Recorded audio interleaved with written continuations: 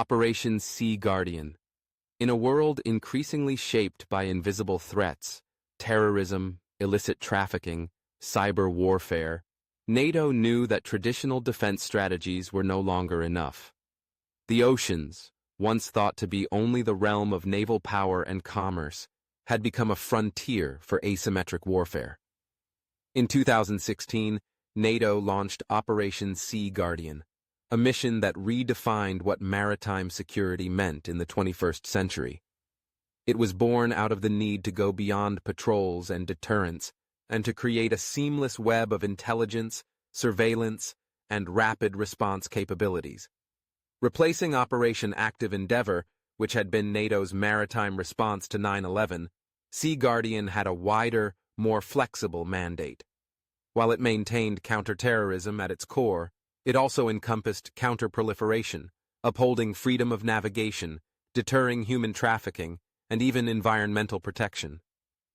It was a mission shaped not just by military threats, but by the complex network of global maritime vulnerabilities that could be exploited by hostile actors. NATO's warships, submarines, maritime patrol aircraft, and drones began operating in strategic choke points across the Mediterranean. Their tasks ranged from tracking unknown vessels and monitoring suspicious routes to escorting high-value ships and investigating illegal trafficking operations.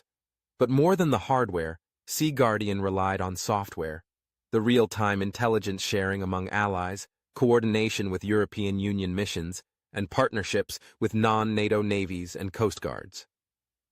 One of Sea Guardian's breakthroughs was its adaptive nature.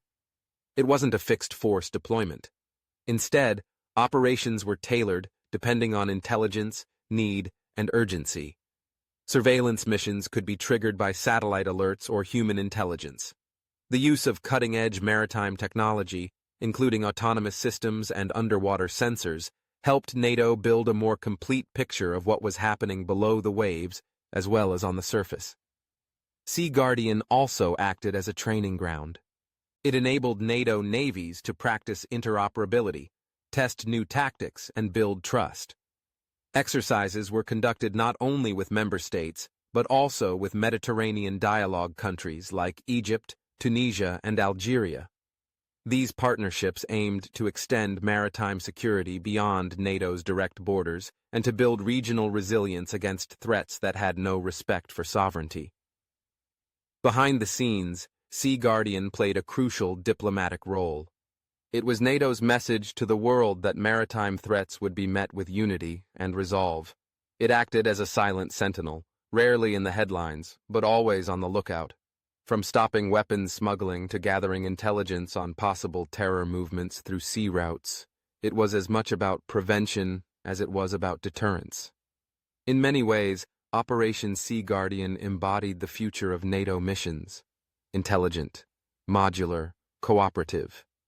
It was a blend of hard power and smart strategy, of military might and strategic foresight.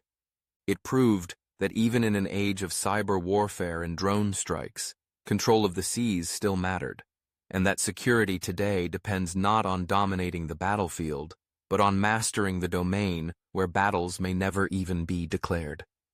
Sea Guardian continues to evolve, adapting to new threats and technologies, but at its heart, it remains a guardian, watchful, responsive, and ever present in the invisible war for maritime stability.